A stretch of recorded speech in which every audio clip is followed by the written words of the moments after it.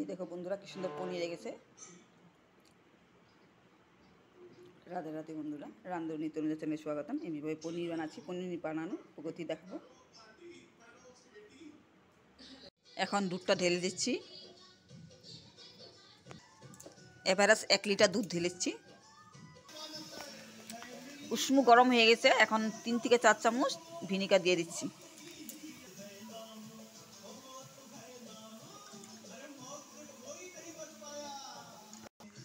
ছানা হয়ে গেছে, এখন একটা কাপড়ের মধ্যে সেঁকে নিব। নিচে একটা বাটি রাখবো, বাটির উপর একটা কাপড় দিব, পরিষ্কার কাপড় দিব।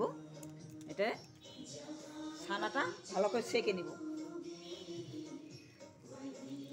লাড়া খাওয়া যায়। ছানার জলটা ছানা বের করে নিয়েছি, এখন ছানার জল আবার একটু নুন দিব। নুন দিয়ে ছানা জলটা গরম করব।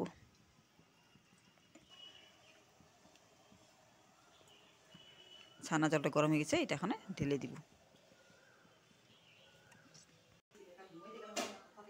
রাধে রাধে বন্ধুরা, রান্ধনী তনুজা চ্যানেলে স্বাগতম। আশা করি সবাই ভগবানের আশীর্বাদে সবাই ভালো আছো। আজকে দুধটা ঢেলে দিচ্ছি।